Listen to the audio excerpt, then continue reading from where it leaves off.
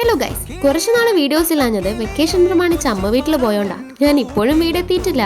പിന്നെ videos എടുക്കാതിരിക്കുന്നേക്കാൾ better അല്ലേ ഇവിടുത്തെ കുക്കിംഗ് സീൻസ് ഒക്കെ കാണിക്കുന്നത്. So come on guys, let's make a chicken 65. സമയം കുറച്ച് കുറവായിരുന്നു. സോ ഷോപ്പിൽ നിന്ന് വാങ്ങിയ ജിഞ്ചർ ഗാർലിക് പേസ്റ്റ് അങ്ങ് എടുക്കാം. But I am not the kind of person who promote these things.